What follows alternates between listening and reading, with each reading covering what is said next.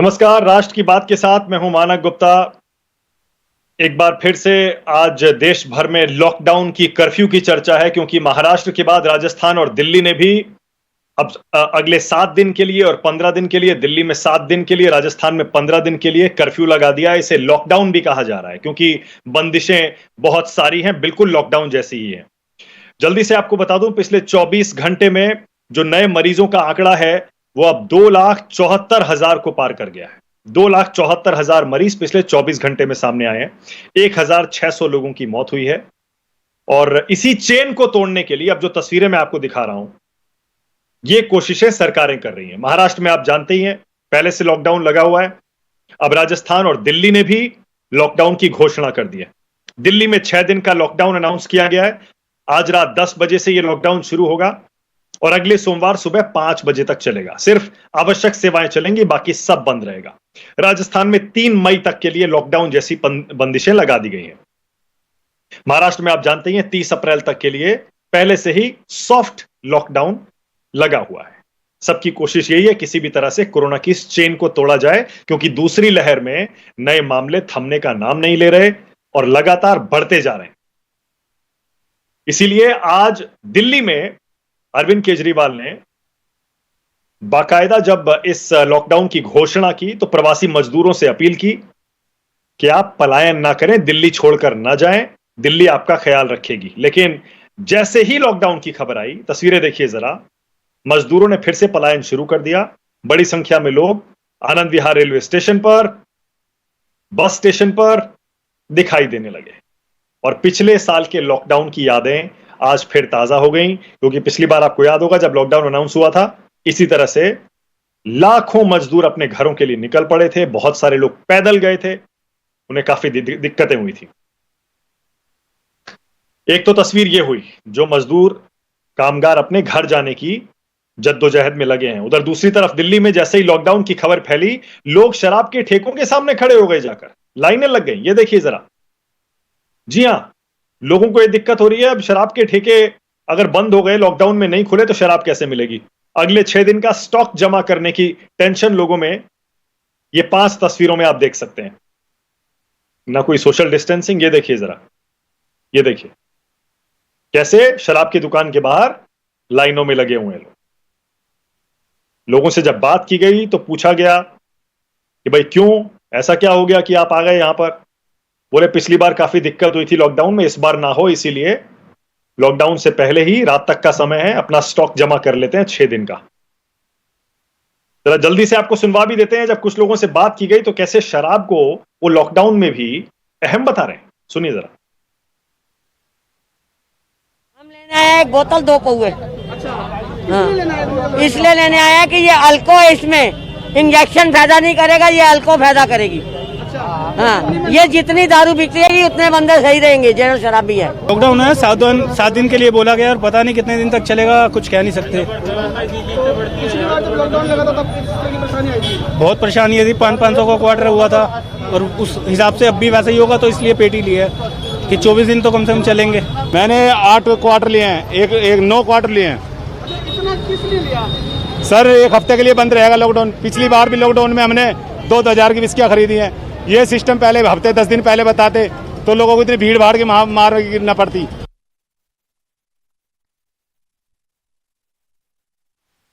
तो देखा आपने, लोगों को टेंशन ये हो रही है कि पिछली बार ब्लैक में हमने खरीदी थी विस्की और सारी शराब, इस बार ब्लैक में ना लेनी पड़े, इसलिए लोग ये देखिए लाइन में लगे। एक तो ये, एक और तस्वीर जब मैं आपको दिखाता हूं, एक तरफ लॉकडाउन लगाए जा रहे हैं, लोग अपनी जान बचाने के लिए जद्दोजहद कर रहे हैं, और दूसरी तरफ आज भी बिल्कुल वैसी ही तस्वीरें पश्चिम बंगाल से दिखाई दे रही हैं जैसी पिछले कुछ हफ्तों से लगातार दिखाई दे रही हैं। बीजेपी के अध्यक्ष जेपी नड्डा, केंद्रीय गृह मंत्री अमित शाह, बीजेपी के कई दिग्गज आज फिर से चुनाव प्रचार में उतरे हैं। वहीं ममता बनर्जी भी, वो भी चुनाव प्रचार में उतरी हैं। लेकिन ममता बनर्जी ने आज साफ कर दिया कि कोरोना संकट की वजह से अब वो सिर्फ 30 मिनट की जनसभा करेंगे, सिर्फ 30 मिनट की, और कोलकाता में प्रचार नहीं करेंगे। राहुल गांधी पहले ही कह चुके हैं कि कोरोना संकट को देखते हुए बंगाल में वो अपना प्रचार अब बंद कर रहे हैं। ऐसे में इसीलिए अब लोग सवाल पूछ रहे हैं बीजेपी अपनी रैलियां कब बंद करेगी, रोड शो कब बंद करेगी? राष्ट्र की बात में आज का सवाल आ रहा है आपकी टीवी स्क्रीन पर। रैलियों से पहले बड़ा सवाल ये, महाराष्ट्र, राजस्थान, दिल्ली बंद हो गए हैं, देश में लॉकडाउन कब लगेगा और क्या लगना भी चाहिए, क्योंकि अब और कोई चारा नजर नहीं आता। और दूसरा ये, कांग्रेस और टीएमसी के बाद बीजेपी कब रोकेगी अपनी चुनावी रैलियां? इसी पर बहस करेंगे आज राष्ट्र की बात में। पहले जरा जल्दी से अरविंद केजरीवाल का ऐलान सुन लीजिए, कैसे उन्होंने आज दिल्ली में लॉकडाउन लगा दिया।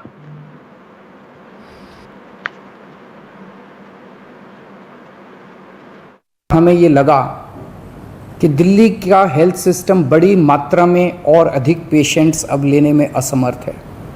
अगर हमने अभी लॉकडाउन नहीं लगाया तो कहीं ऐसा ना हो कि बड़ी त्रासदी हो जाए। हम किसी भी हालत में दिल्ली को उस परिस्थिति में नहीं ले जाना चाहते जहां कॉरिडोर के अंदर पेशेंट्स पड़े हैं, सड़कों पे लोग दम तोड़ रहे हैं। आज सभी परिस्थितियों का जायजा लेने के बाद आपकी सरकार को ये लगता है कि दिल्ली में कुछ दिन के लिए लॉकडाउन लगाना ज़रूरी है, तो आज रात को 10 बजे से अगले सोमवार को सुबह 5 बजे तक 6 दिन के लिए दिल्ली में लॉकडाउन लगाया जा रहा है। इस दौरान जाहिर है कि जो एसेंशियल सर्विसेज हैं वो जारी रहेंगी, खाने पीने की, मेडिकल व्यवस्थाओं की वो जारी रहेंगी। तो देखा आपने, अरविंद केजरीवाल ने आज ऐलान कर दिया, बोले मैं नहीं चाहता, आपकी सरकार नहीं चाहती कि दिल्ली में हालात और बिगड़े, पहले ही बहुत खराब हैं। हेल्थ इंफ्रास्ट्रक्चर, हेल्थ सिस्टम टूटने की कगार पर है, बैठ जाएगा, सेट जाएगा सिस्टम अगर लॉकडाउन नहीं लगाया तो। राजस्थान में भी ऐसी घोषणा हो गई है, महाराष्ट्र में पहले से लॉकडाउन है, इसीलिए हम आज ये पूछ रहे हैं कि देश में अब लॉकडाउन ही इकलौता विकल्प रह गया है। राष्ट्र की बात में आज बीजेपी से संजू वर्मा आपको दिखाई देंगे, आपकी टीवी स्क्रीन पर आ रही है संजू। कांग्रेस से अभिषेक दत्त आ गए हैं, आम आदमी पार्टी से राजेश गुप्ता एमएलए थोड़ी देर में आपको दिखाई देंगे, आशुतोष हैं, पॉलिटिकल एनालिस्ट हैं, संजय शर्मा तृणमूल कांग्रेस से आपको दिख रहे हैं, और योगिता भयाना जुड़ेंगी, सोशल एक्टिविस्ट हैं, जिन्होंने अपने कंधों पर, खुद कोरोना पॉजिटिव हैं योगिता, और खुद अपने कंधों पर उन्होंने लोगों की मदद करने का बीड़ा सोशल मीडिया पर उठा रखा है। आप सभी का स्वागत है। संजू, मैं आपसे शुरू कर रहा हूं। संजू, महाराष्ट्र में लॉकडाउन, दिल्ली में लॉकडाउन, राजस्थान में लॉकडाउन, बीजेपी की किसी सरकार ने अभी तक लॉकडाउन अपनी राज्य सरकार में नहीं लगाया, और केंद्र में भी अभी तक इस बारे में अमित शाह मना कर रहे हैं। ऐसा क्यों? लॉकडाउन एक इकलौता विकल्प क्योंकि बहुत सारे लोगों को अब दिखाई दे रहा है। संजू।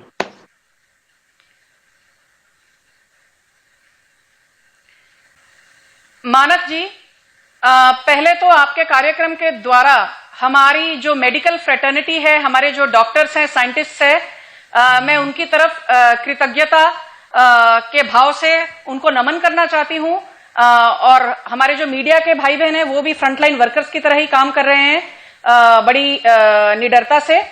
ये सब कहते हुए आपके सवाल का सीधा सीधा जवाब मेरा ये है कि चाहे वो अमित शाह जी हो या फिर हमारी वित्त मंत्री निर्मला सीतारमण जी, उन्होंने भी पिछले हफ्ते ये बयान दिया था जब एक प्रेस वार्ता में उनसे सवाल किया गया कि फिलहाल केंद्र सरकार फुल फ्लेजेड, पूरी तरह से जो लॉकडाउन की बात चल रही है इसके खिलाफ है, क्योंकि इकोनॉमिक एक्टिविटी अभी हाल फिलहाल में इसके सुधरने के कई संकेत दिखे हैं, और सरकार को यह नहीं लगता कि लॉकडाउन फिलहाल इसकी जरूरत है। बात यदि आप करते हैं बीजेपी शासित राज्यों की और नॉन बीजेपी शासित राज्यों की, तो मुझे राजनीतिकरण करना, एक इतनी बड़ी जो महामारी है, राजनीतिकरण करना बिल्कुल अच्छा नहीं लग रहा, पर जो सच्चाई है वो बयान करनी चाहिए। आपके दर्शकों के सामने मैं कुछ स्पष्ट तरीके से तथ्य पेश करना चाहती हूं। ऐसा क्या हुआ कि फरवरी और अप्रैल के बीच में, फरवरी में हमारा रिकवरी रेट था 97%, 97%, और आज हमारा रिकवरी रेट है 86 to 87, 86%। क्या हुआ कि फरवरी और अप्रैल के बीच में इतनी बुरी तरह से ये जो संक्रमण है इसने गति पकड़ी? इसका मुख्य कारण है कि जो सबसे बड़ा राज्य है जो सुपर स्प्रेडर बन के सामने आया है, ये बात सुनने में बुरी लगती होगी कांग्रेस वालों को, शिवसेना वालों को और एनसीपी के समर्थकों को, पर सबसे बड़ा कारण है महाराष्ट्र। कई महीनों से, पिछले 6, 7, 8 महीनों से लगातार भारत में जितनी मौतें हो रही हैं उसका 34% योगदान महाराष्ट्र से है। महाराष्ट्र और संजू एक छत्तीसगढ़, ये सेकेंड, दो संजू राज्य एक मिलके second, Sanju 1 second, 50% Sanju please जो 1 इंडिया का second, active case Sanju load है, 65,000 ये सिर्फ 70,000 दो केस राज्यों अगर से हो महाराष्ट्र के रहा मैं है। एक तरफ रख भी दूं, संजू 1 सेकेंड, 65-70,000 केस महाराष्ट्र के मैं एक तरफ रख भी दूं, तब भी 2 लाख केस आ रहे हैं पूरे देश से। आप महाराष्ट्र कर रहे हैं, 2,70,000 के ऊपर केस हैं, हटा दीजिए 65,000 केस महाराष्ट्र के, तब भी 2 लाख आ रहे हैं। मैं हर एक एक राज्य चीज का कहना योगदान चाहती है। एक राज्य को मत पकड़िए, आप किसी एक राज्य को, आप आंकड़े देख लीजिए ना। नहीं नहीं नहीं नहीं, मानक जी प्लीज मेरे को अपनी बात खत्म करने दीजिए। मैं महाराष्ट्र मुंबई की मैं रहने वाली हूं। मैं क्यों महाराष्ट्र में 60,000 से ज्यादा लोगों की मौत हुई है, कुल मिलाकर देश में 179,000 डेथ्स हुई है। महाराष्ट्र के 60,000 का आंकड़ा मैं क्यों भुला दूं?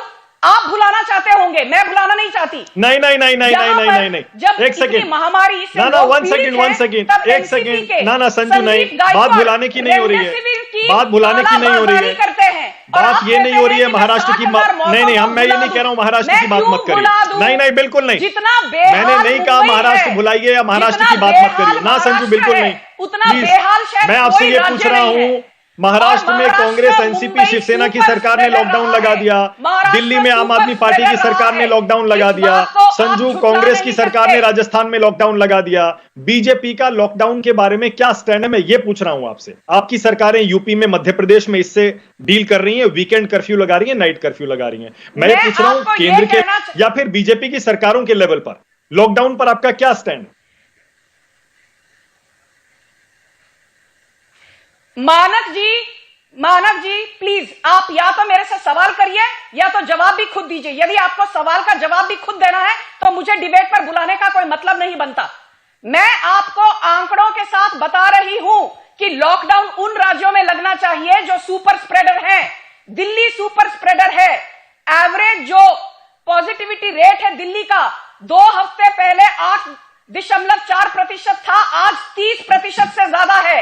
महाराष्ट्र से कई गुना ज्यादा। महाराष्ट्र में ऑलरेडी पॉजिटिविटी रेट 25% से ज्यादा है, छत्तीसगढ़ में 31% है।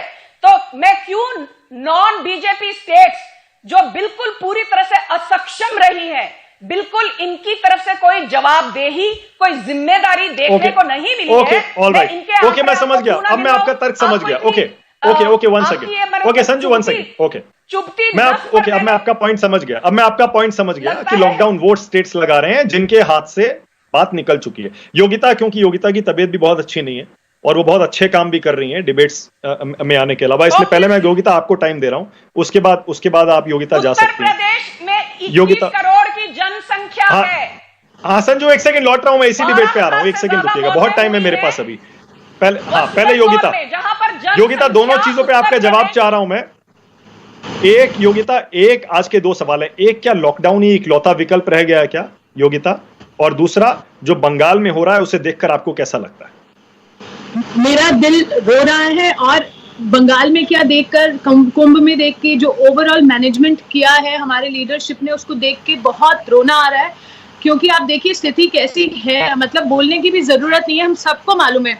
मानक जी आप भी देख रहे हैं, मैं भी देख रही हूँ, मतलब इतना हेल्पलेस, इतना ऐसा मंजर नहीं देखा। उसके बावजूद भी अगर कोई चैनल पे बैठकर अपनी पार्टी को डिफेंड कर रहा है इस तरह से, वो बेशर्मी की हदें पार कर दी संजय जी ने। जब मैंने सुना, मुझे मतलब समझ नहीं आ रहा मैं इस चीज पे कैसे रिएक्ट करूं, तो मुझे नहीं करना है।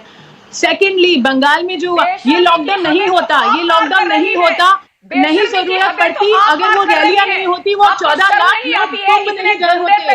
वो 14 लाख लोग जो कुंभ गए हैं वो स्प्रेड करेंगे। जो रैली बंगाल में हो रही है उसकी वजह से ये, अगर ये सब जो मैनेज क्रिएट हुआ है। संजू आप इसके बाद जवाब दे दीजिएगा, उनको अपनी बात करने दीजिए, उसके बाद आप जवाब दे दीजिएगा। संजू आपको पूरा मौका दूंगा जवाब देने का, पूरा मौका दूंगा संजू आपको जवाब। Defending something which is wrong, आप अपनी कॉन्शियस से पूछिए। आप इसमें भी राजनीति कर रहे हैं। महाराष्ट्र, दिल्ली, यूपी को नहीं दिख रहा आपको? बिहार नहीं दिख रहा आपको? क्या बात कर रही है? शर्म आनी चाहिए, आईना देखिए जाकर आप। सेकेंडली, मैं मानक जी बहुत गुस्सा आ रहा है, बहुत ज्यादा यहाँ पर क्राइसिस की सिचुएशन है। यहाँ पर इवन डिबेट में बैठने से भी लग रहा है कि हम चर्चा कर रहे हैं पर हम कर कुछ नहीं पा रहे हैं। मानक जी बहुत दुख की बात है। और मैं कोविड से अभी रिकवर कर चुकी हूँ, मुझे अभी कोविड नहीं है, आपको शायद मिसअंडरस्टैंडिंग हुई है। बट मैं देख रही हूँ कि अभी तक डोनर्स नहीं मिल रहे हैं, लोग प्लाज्मा डोनेट करने को तैयार नहीं है, ब्लैक मार्केटिंग हो रही है, अस्पतालों के बेड 2-2 लाख में बिक रहे हैं। हम कहाँ क्या बात कर रहे हैं? और अभी भी अगर इलेक्शन रैली कंटिन्यू कर रहे हैं तो मुझे लगता है इससे दुख की बात नहीं है। इनको सबसे पहले आगे आकर बंद कर देनी चाहिए थी। सब पार्टी को एकजुट होकर काम करने की जरूरत है। अभी भाजपा कांग्रेस और ये सब करने की जरूरत नहीं है। एक कलेक्टिव एफर्ट की जरूरत है। We are going through something which is like national emergency. We are dying every single minute. और योगिता, मैं आपका गुस्सा, आपका दर्द समझ रहा हूं, क्योंकि आप तो डायरेक्टली उन लोगों से डील कर रही हैं जो सोशल मीडिया पर मारे मारे फिर रहे हैं। बाकी तो पता नहीं और क्या हो रहा है। लेकिन मैं आपसे ये पूछ रहा हूं कि क्या लॉकडाउन ही आपके हिसाब से, क्योंकि आप जमीन पर काम भी करती हैं, क्या लॉकडाउन ही इकलौता विकल्प आपको दिखाई दे रहा है क्या सब जगह, बाकी स्टेट्स में भी, पूरे देश में? मानक जी, अगर चेन तोड़नी है अब यही विकल्प है। मुझे मालूम है पिछली बार हमने इसको वो किया था कि डिफेंड किया था कि नहीं होना चाहिए, पर तब तो स्थिति नॉर्मल थी। अभी जो ये कोविड की स्ट्रेन है वो काफी स्ट्रांग है और इस चेन को तोड़ना पड़ेगा। अभी भी आप जाइए, मतलब जिस तरह से स्थिति है उसको देखते हुए लॉकडाउन मुझे लगता है एक अच्छा डिसीजन है। इसको पहले ही कर देना चाहिए था। पिछले हफ्ते हो जाता तो काफी रिलीफ हो जाता। ठीक है, ओके। संजू वर्मा, आप जवाब दीजिए। संजू वर्मा, और ये भी बोलिएगा, मुझे बोलना है, उसके बाद चाहे आप चर्चा में मुझे लीजिए। एक लास्ट पॉइंट मानक जी ये है कि इसमें कम्युनिकेशन बहुत जरूरी है। पिछली बार हमारे प्राइम मिनिस्टर ने माइग्रेंट्स के साथ कम्युनिकेट नहीं किया था, इसीलिए सड़क पर उतरे थे और पैदल चले थे। इनको इस बार भरोसा दिलाना है, या केजरीवाल जी को भरोसा दिलाना है कि 1 हफ्ते या 2 हफ्ते जो भी एक टाइम है और आपका टेकन केयर किया जाएगा। कम्युनिकेशन गैप जो पिछली बार हुआ था इस बार नहीं होना चाहिए। उनको बताना चाहिए कि आपके लिए सारी सुविधाएं उपलब्ध रहेंगी। ठीक है, ओके। संजू वर्मा, आप जवाब दीजिए और इस पर बोलिएगा पहले कि बंगाल में अगर कांग्रेस और टीएमसी अपनी रैलीज लिमिट कर सकती हैं तो आप क्यों नहीं कर सकते? बीजेपी अपनी रैलियां क्यों नहीं बंद कर देती, रोड शो बंद क्यों नहीं कर देती?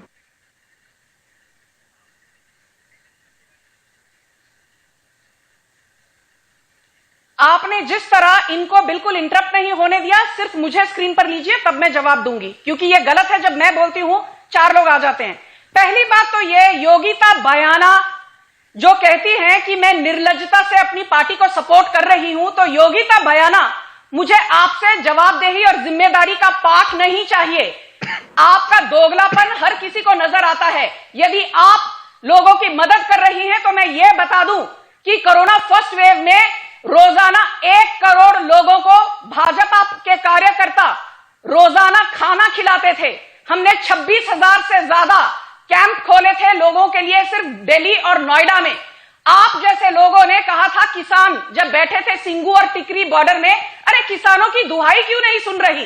तब आपको कोरोना महामारी का संकट नजर नहीं आया। आज आप भाषण देने चली आई हैं। आप सोशल एक्टिविस्ट नहीं है। आप खुलेआम बोलिए, आप कांग्रेस की एक पेड रिप्रेजेंटेटिव हैं। हमने देखा है सोशल मीडिया में। ऐसे मत बोलिए संजू, ऐसे मत बोलिए। जो राज्य हैं ऐसे मत बोलिए। कसती हैं, पर कांग्रेस आप किसी की बात को काट सकती हैं, लेबल मत करिए। Hypocrite and I do not need lessons from Yogita Bhayana. You are a paid activist, और पेड एक्टिविस्ट भाजपा को भाषण ना दे तो बेहतर होगा। मैं सीधा सवाल करना चाहती हूं। जब राहुल गांधी 1 मिनट मानक जी, जब आपने सवाल पूछा, जवाब सुनने की हिम्मत रखिए। जब राहुल गांधी केरल गए थे, उछल कर तमिलनाडु में समंदर के अंदर गोते लगा रहे थे, तब कोरोना नहीं था? जब कुश्ती दिखा रहे थे अपनी, तब कोरोना नहीं था? ममता बनर्जी ने इतनी रैलियां की, तब कोरोना नहीं था? कल ही ममता बनर्जी ने इतनी बड़ी रैली की, तब कोरोना नहीं था? जब रमादान के चलते हैदराबाद के मक्का मस्जिद के सामने हजारों की संख्या जमा हो जाती है, तब सब लोगों के मुंह में दही क्यों जम जाता है? मैं मुंबई में रहती हूं और माहिन दरगाह के सामने आज के दिन भी हजारों की तादाद में लोग बिना मास्क पहने खुलेआम घूम रहे हैं। इनको कोई कुछ नहीं बोलता, मीडिया तक सवाल नहीं करती। होली के दिनों में हम में से किसी ने होली नहीं मनाई, तो जब रमादान लोग मनाते हैं तो हम चुप रहेंगे। ओके, एक सेकंड। अब अभिषेक दत्त और संजय शर्मा, उसके बाद आ रहा हूं आशुतोष से। तब आप चुप रहते हैं, जब मोदी जी रैली करते हैं तब आपको चुभन होती है। नहीं, ऐसा नहीं। सबकी रैलियों पर सवाल उठाया गया है और इसीलिए अभिषेक, मेरा आपसे सवाल डबल है। छत्तीसगढ़ की जनसंख्या गुजरात से आधी है और फिर भी छत्तीसगढ़ में गुजरात से ज्यादा मौतें हुई हैं। अभिषेक दत्त, पहले अभिषेक दत्त, उसके बाद आ रहा हूं संजय शर्मा। अभिषेक दत्त, कल ही आपके बंगाल के नेता अधीर रंजन चौधरी ने बाकायदा ट्विटर पर अपनी एक रैली, अपनी एक रोड शो की तस्वीरें डाली हैं जिसमें बहुत भीड़ हो रही है। ये वाकई डबल स्टैंडर्ड नहीं है क्या? ट्विटर पर राहुल गांधी का यह कहना कि अब मैं प्रचार नहीं करूंगा कोरोना की वजह से, और वहीं दूसरी तरफ आपके अधीर रंजन चौधरी बाकायदा कल ही शाम को ट्विटर पर बताते हैं, ये देखिए मेरे रोड शो में, मेरी रैली में कितनी भीड़ आ रही है। ये हो क्या रहा है अभिषेक?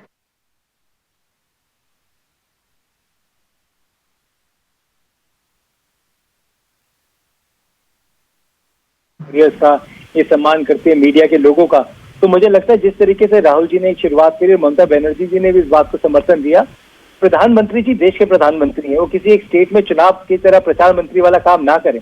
मुझे लगता है प्रधानमंत्री साहब को लीड लेनी थी और सभी चुनावी रैलियों को, सभी पॉलिटिकल पार्टीज को आके उसको मना करना चाहिए था।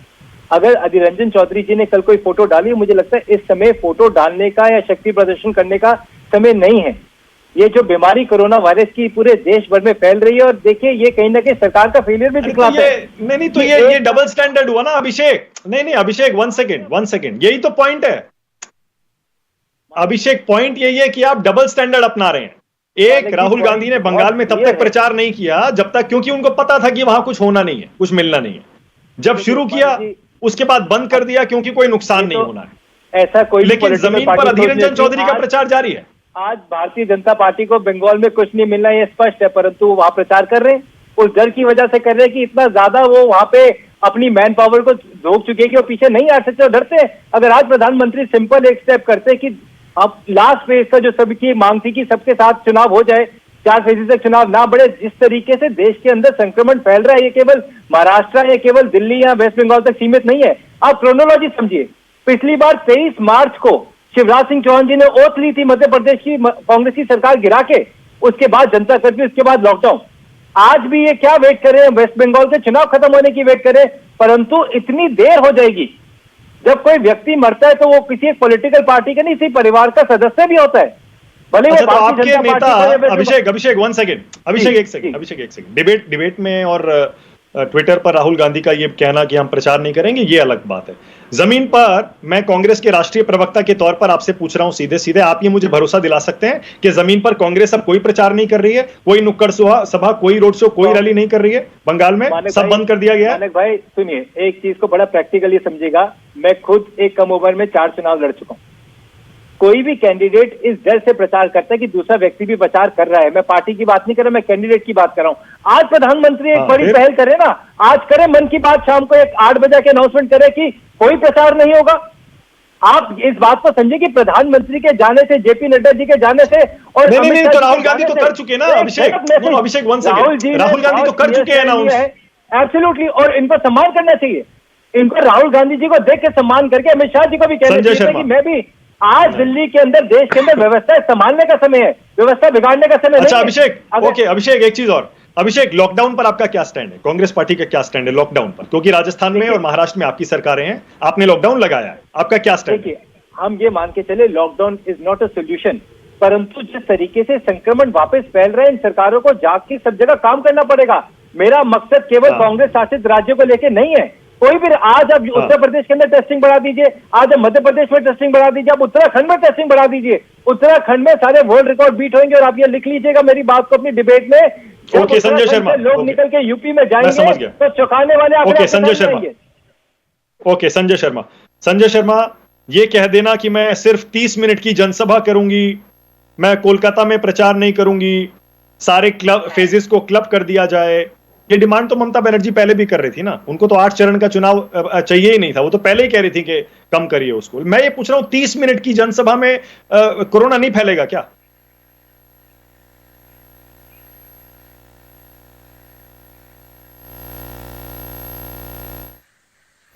संजय, आपको आवाज मिल रही है? आपकी आवाज नहीं आ रही मुझ तक। हाँ बोलिए मुझे बोलिए। हाँ, मतलब बात ये है कि फरवरी 2020 में जब गुजरात में नमस्ते ट्रम्प प्रोग्राम करने के बाद देश में कोरोना फैला, और उसके बाद मध्य प्रदेश में जब तक भारतीय जनता पार्टी ने सरकार नहीं बना ली तब तक लॉकडाउन की घोषणा प्रधानमंत्री जी ने नहीं की। और आज बंगाल चुनाव के दौरान ये चुनाव जब 8 चरणों में कराने का निर्णय चुनाव आयोग ने लिया था, हमने तभी से कहा था, और कहीं न कहीं कोरोना का जो प्रकोप है उसके चलते हमारी इच्छा थी कि चुनाव कम चरणों में हो, नहीं हुआ। कोई बात नहीं, आज जब इतना फैल रहा है, कम से कम हमारी पार्टी ने एक पहल तो की, कम से कम हमने अपनी संवेदना तो दिखाई, लेकिन देश की एकमात्र चुनाव जीवी पार्टी, मेरी बात, मेरे शब्द ध्यान से सुनिए मानक जी, चुनाव जीवी पार्टी जो भारतीय जनता पार्टी है और उसके नेता देश के प्रधानमंत्री जी, देश के गृह मंत्री जी और दर्जन भर केंद्रीय मंत्री जो बंगाल में चुनावी सभाएं कर रहे हैं, रैलियां कर रहे हैं, रोड शो कर रहे हैं, उनका क्या? उनसे कोई कैसे पूछेगा और उनसे कोई क्यों पूछेगा? और आज इस डिबेट में जब एक सामाजिक कार्यकर्ता को भाजपा प्रवक्ता द्वारा धमकाया जाना देखता हूं तो मेरा सर शर्म से झुक जाता है। इन लोगों को शर्म आनी चाहिए। आज जब दिल्ली में संजय, आपने मेरा जवाब नहीं दिया, मेरा जवाब नहीं दिया आपने संजय। मैं ये पूछ रहा हूं संजय, 30 मिनट की जनसभा में कोरोना नहीं फैलेगा क्या?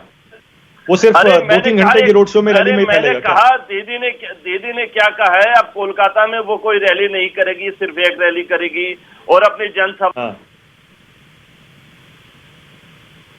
ओके, बोलिए संजू, उसके बाद आ रहा हूं आशु आपके पास। संजू जवाब दीजिए, कांग्रेस और टीएमसी ने पहल तो कर ली, ये पहल आपने क्यों नहीं की, या अब क्यों नहीं आप उसको करते फॉलो? मानक जी, संजू बोलिए। मानक जी, मैं पहली बात तो यह कहना चाहती हूं कि सामाजिक कार्यकर्ता को मैंने धमकी नहीं दी, पर यदि कोई मेरे लिए अभद्र शब्दों का इस्तेमाल करेगा, जैसा बोलेगा, जैसा बोएगा, वैसा ही उसको सहना पड़ेगा। और मैंने उसको उन्हीं की शब्दावली में जवाब दिया। आपको बुरा लगता है तो इसका मैं कुछ नहीं कर सकती, आप दोगले हैं।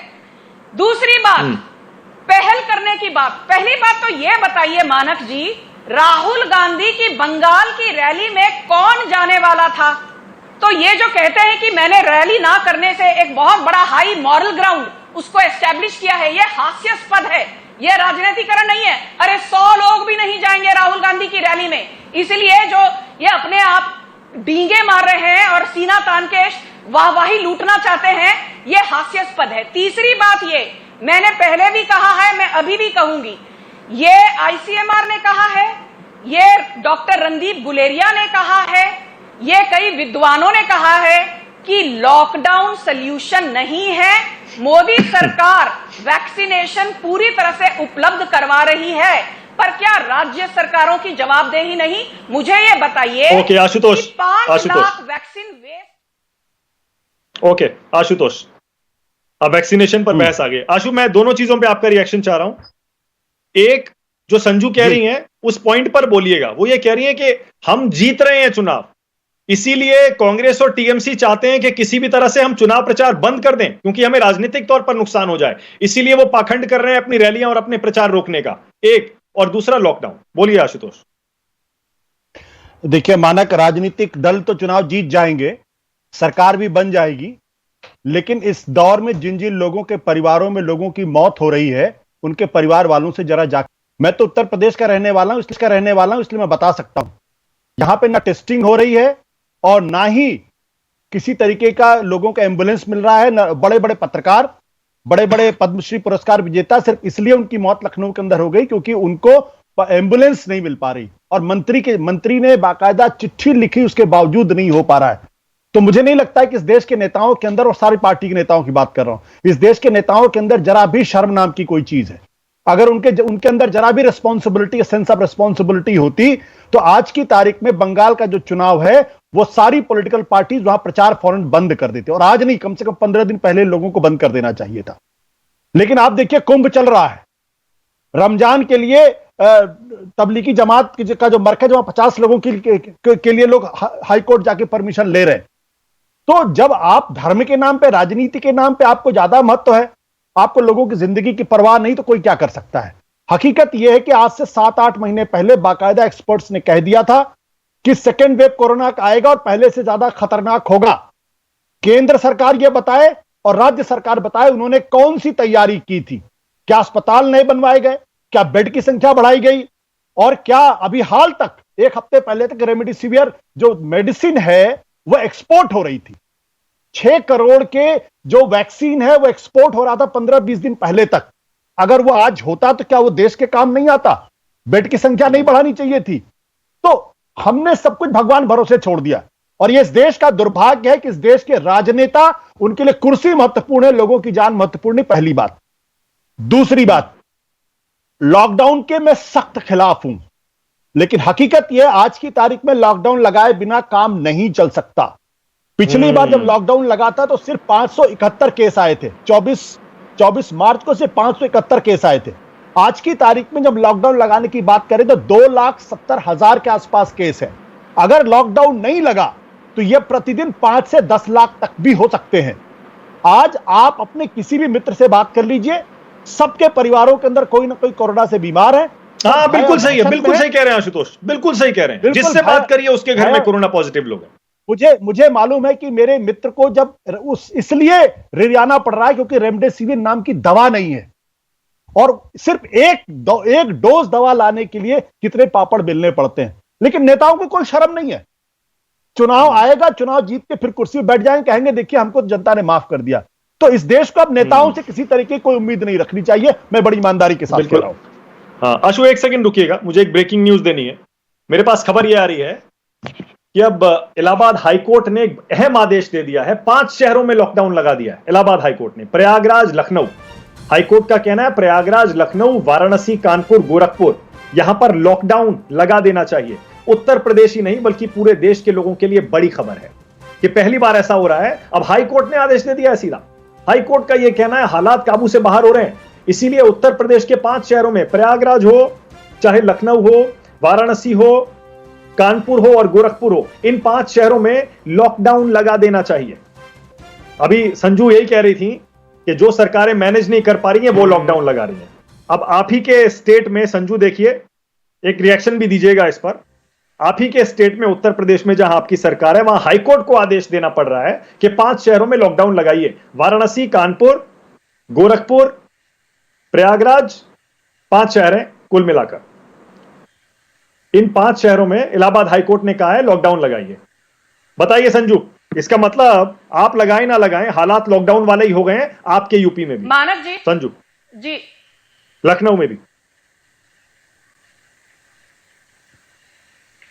मानक जी,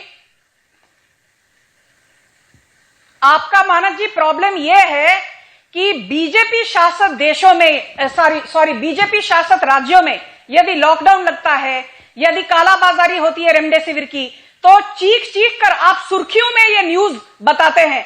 आप मुझे ये बताइए कि क्या आपके चैनल में ये हिम्मत है कि अरविंद केजरीवाल से पूछें, जो हर 5 मिनट के बाद टेलीविजन चैनल्स पर दिखते हैं, मैंने लगा ली है जी वैक्सीन, मेरे बाबूजी ने भी लगा ली है जी, आप भी लगा लीजिए जी। 600 करोड़ वेस्ट किए हैं इन्होंने एडवर्टाइजमेंट्स पर, विज्ञापन पर पिछले 1 साल में। मुझे बताइए, इनके 480 से 270 मोहल्ला क्लिनिक बंद हो गए। आपने कितनी डिबेट्स की? ये जो आशुतोष आकर यहां बड़े बड़े भाषण देते हैं, विशेषज्ञ बनने का ऐलान करते हैं, मैं डंके की चोट पर कहना चाहती हूं कि सबसे ज्यादा कोरोना वैक्सीनेशन 3 राज्यों को उपलब्ध करवाई गई, 1 करोड़ से ज्यादा। एक था महाराष्ट्र, एक था गुजरात, एक था राजस्थान। उसके बाद भी आप मोदी सरकार को कटघरे पर खड़ा करते हैं। मनसुख मांडविया ने कल कहा कि हम रेमडेसिविर का जो उत्पादन है वो 1.5 लाख वायल दिन का, उसको डबल करके 3 लाख वायल पर डे करवा देंगे। पर आप लोगों में से किसी ने कुछ चू तक नहीं बोला। यहां पर एनसीपी के 3 नेता दिलीप गायकवाड़, शंकर भिसे और संदीप गायकवाड़ को रेमडेसिविर की कालाबाजारी के लिए गिरफ्तार किया गया। सबने चुप्पी साध ली। और बात करते हैं मध्य प्रदेश की, जो एक बीजेपी शासित राज्य है। आपको यह जानकर बड़ी खुशी होगी मानव गुप्ता जी कि 3 लोग जिनकी गिरफ्तारी हुई है, राजेश पाटीदार, ज्ञानेश्वर बरोस्कर और अनुराग सिसोदिया, ये तीनों कांग्रेस के नेता हैं। और राजेश पाटीदार, जब किसानों का रायट हुआ था मध्य प्रदेश में 2017 में, उस वक्त भी ये गिरफ्तार हुए थे। तो मैं ये कहना चाहती हूं कि प्रॉब्लम नरेंद्र मोदी जी के साथ नहीं है, हेल्थ एक स्टेट सब्जेक्ट है। राज्यों ने अपना काम क्यों नहीं किया? ठीक है, okay, all right, okay Sanju, okay, 1 second Sanju, 1 second.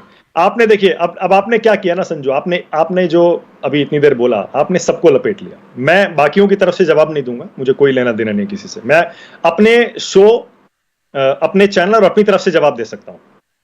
News 24 पर संजू वर्मा, अब आप भी सुन लीजिए क्योंकि आपने मुझे मानक गुप्ता जी ऐसे करके आपने मुझे एड्रेस किया। संजू वर्मा जी, आप भी सुन लीजिए। न्यूज 24 पर पिछले 1 साल में, 1.5 साल में, 2 साल में, या जब से हम बने हैं ना ये चैनल, तब से उठाकर देख लीजिएगा, एक ऐसा मुद्दा, एक ऐसी खबर नहीं होगी जो हमने छोड़ी होगी। चैलेंज कर रहा हूं मैं आपको, एक मुद्दा नहीं छोड़ा होगा जिस पर हमने डिबेट ना की हो, एक खबर ऐसी नहीं होगी जो हमने चलाई नहीं होगी। हमारा किसी से कोई लेना देना नहीं है, हम किसी से डरते नहीं है, जो होता है वैसे दिखाते हैं। हमारा यूपी के प्रति या मध्य प्रदेश के प्रति या नरेंद्र मोदी के प्रति या बीजेपी के प्रति कोई मोह नहीं है, ना कोई दुश्मनी है, ना कोई नफरत है, कोई लेना देना नहीं है। उसी तरह से महाराष्ट्र, दिल्ली, सुन तो लीजिए, सुनिए ना, अब एक मिनट, संजू एक सेकंड, अब देखिए, अब आप बोल रही थी, आप कह रही थी कोई ना बोले, अब जब दूसरे लोग बोल रहे हैं सुन लीजिए।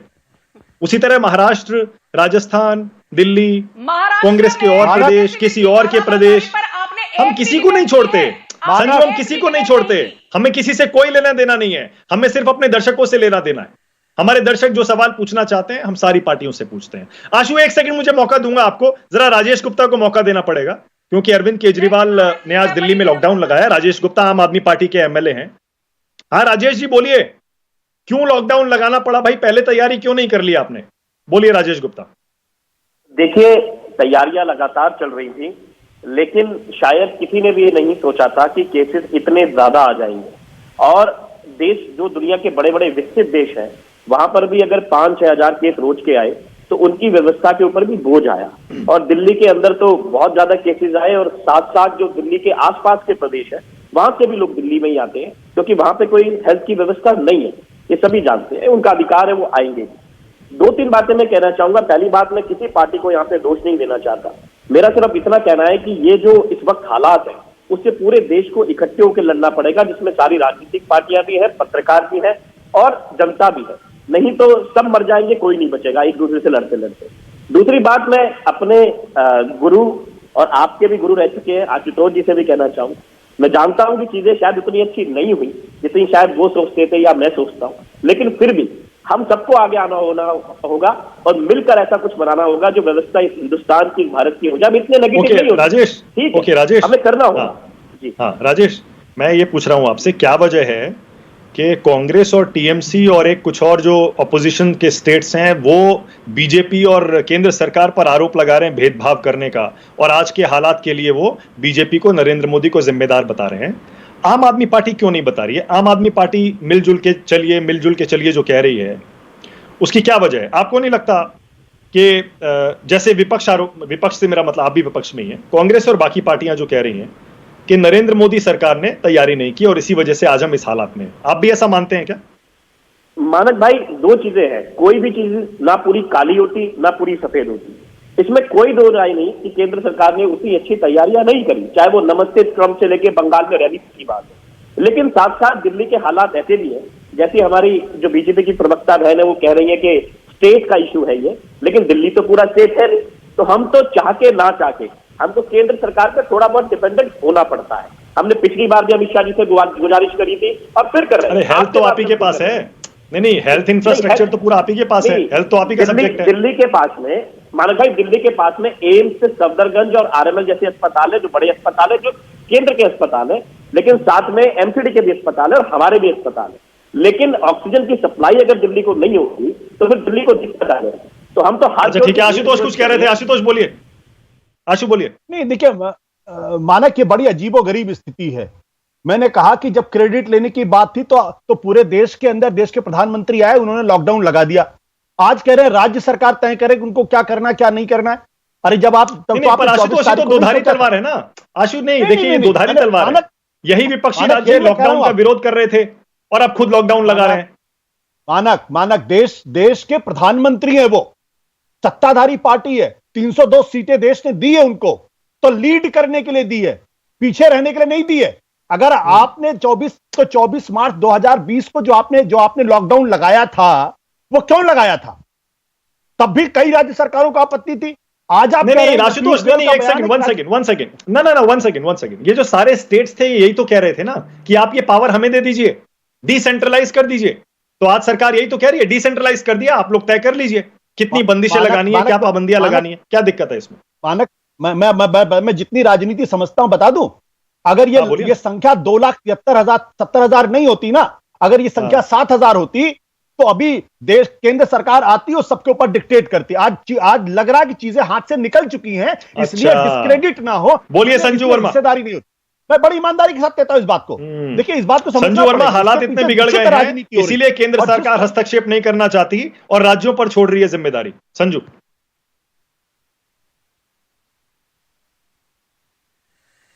मैं कुछ कहना चाहती हूं। मानक जी, बोलिए। पहली बात तो ये कि केंद्र ने कभी नहीं कहा है कि हमारी जवाबदेही नहीं बनती, पर चाहे वो वैक्सीन की खरीदारी हो, वितरण हो, आयात निर्यात हो, प्रोक्योरिंग, एलोकेशन, सप्लाई, डिस्ट्रीब्यूशन, ये जिम्मा एक महामारी के दौरान केंद्र का होता है और केंद्र सरकार ने बखूबी निभाया। पर जैसे आपने भी कहा, जहां होती है बात एनफोर्सिंग कोविड प्रोटोकॉल, जहां बात होती है वैक्सीन एडमिनिस्ट्रेशन की, वो राज्यों की जिम्मेदारी है। अभी मोदी जी वैक्सीन सेंटर में जाके ये तो नहीं कह सकते अमरिंदर सिंह या केजरीवाल या उद्धव ठाकरे को या भूपेश बघेल को, भाई अपने वैक्सीनेशन सेंटर खुलवाइए, लोगों को वैक्सीन लगवाइए। मोदी सरकार का काम है वैक्सीन उपलब्ध करवाना। मेरा ये पूछना है, उपलब्ध होने के बावजूद राज्य सरकारों ने इतनी सुस्ती, क्रिमिनल लिथार्जी क्यों दिखाई? दूसरी बात ये, कुछ नेता हैं जिन्होंने वैक्सीन को लेके पहले डर का माहौल पैदा किया। उनमें से सबसे बड़े हैं अखिलेश यादव, जो कहते थे कि ये तो बीजेपी की वैक्सीन है। कोई भी पत्रकार आज इन जैसे गैर जिम्मेदार नेताओं से सवाल नहीं करता कि डर का माहौल, भय का माहौल बनाने के बाद आज आप कहते हैं कि अरे वैक्सीनेशन को और तेजी से आगे बढ़ना चाहिए। मैं ये बता दूं कि अमरीका बहुत स्ट्रॉन्ग ऑब्जर्वेशन दी सरकार के खिलाफ। अभिषेक और इस पर बोलिएगा, सुनिए अभिषेक, इस पर बोलिएगा, इस पर बोलिएगा कि लॉकडाउन जब बीजेपी ने लगाया था पिछले साल केंद्र सरकार ने, तब आपने विरोध किया था और आपने कहा था स्टेट्स पर छोड़ दीजिए। अब स्टेट्स पर छोड़ दिया गया, आपके स्टेट्स भी वही कर रहे हैं, तो दिक्कत क्या है फिर? आम आदमी पार्टी तो केंद्र सरकार को नहीं घेर रही है। देखिए पहले आप सुनिएगा, 11 मार्च को दिल्ली हाई कोर्ट ने बहुत स्ट्रॉन्ग ऑब्जर्वेशन दिया। सेंटर एक PIL लगी थी कि देश में से वैक्सीन को एक्सपोर्ट करा जा रहा है, तो PMO से जो वकील गए उन्होंने कहा कि गुडविल जेस्चर के तहत हम इसको एक्सपोर्ट कर रहे हैं। तो हाईकोर्ट के जज ने कहा कि पहले देश में गुडविल कमाइए, विदेश में बाद में कमाइएगा। मैं पूछना चाहता हूं इनसे कि वैक्सीन, क्या आपने वैक्सीन पर ऑल प्रोवाइड करी है? आज आप वैक्सीन प्रोवाइड नहीं कर पा रहे, मात्र कुछ करोड़ वैक्सीन आप लगा रहे हो। 130 करोड़ की जनता में लोग वैक्सीन के लिए परेशान हो रहे हैं, बात क्या कर रहे हैं? वैक्सीन के नाम पे इतनी पॉलिटिक्स आप लोगों ने करी, इतना प्रचार आपने करा, और आज मैं खुद, मेरी उम्र 41 साल की, मैं वैक्सीन लगाना चाहता हूं, मैं नहीं लगा सकता। आप युवाओं को क्यों नहीं वैक्सीन लगवाने दे? हमारे देश की मैक्सिमम आबादी में यंगस्टर्स हैं, आज वो वैक्सीन क्यों नहीं लगा पा रहे? मैं इनसे पूछना चाहता हूं क्यों नहीं उपलब्ध करा पा रहे? बोलिए संजू, बोलिए। और उसके बाद सबसे अहम चीज, आज लॉकडाउन के समय जब प्रधानमंत्री कार्यालय को इसमें फोकस करना चाहिए था कि स्टेट के अंदर ऑक्सीजन कैसे पहुंचाए, टेस्टिंग को कैसे बढ़ाए, बेड कैसे बढ़ाए, वेंटिलेटर कैसे बढ़ाए, वहां उनका सारा ध्यान बंगाल की तरफ है, वहां उनका सारा ध्यान। मेरे पास टाइम खत्म हो रहा है। Closing comment Sanju Verma, closing comment Sanju Verma. इनको थोड़ा चुप करवाइए। बोलिए। मानक जी, मैं पहली बात तो ये बता दूं कि जो वैक्सीन एक्सपोर्ट किया गया, वैक्सीन की जो निर्यात हुई है, जो एक्सपोर्ट किया गया, ये जो सज्जन बोल रहे थे, मुझे लगता है डिबेट पर आने से पहले थोड़ा पढ़ लिख कर आ जाया कीजिए। जब मानक गुप्ता जी की डिबेट हो, खासकर पढ़ लिख कर आया कीजिए। जो निर्यात हुआ है वैक्सीन का इंडिया से, जो एक्सपोर्ट हुआ है, वो एक बायलैटरल एग्रीमेंट थी आधार पूनावाला की, सीरम इंस्टीट्यूट और गैवी अलायंस के तहत। तो मोदी सरकार को बीच में मत खींचिए। गैवी अलायंस एक पब्लिक प्राइवेट पार्टनरशिप है।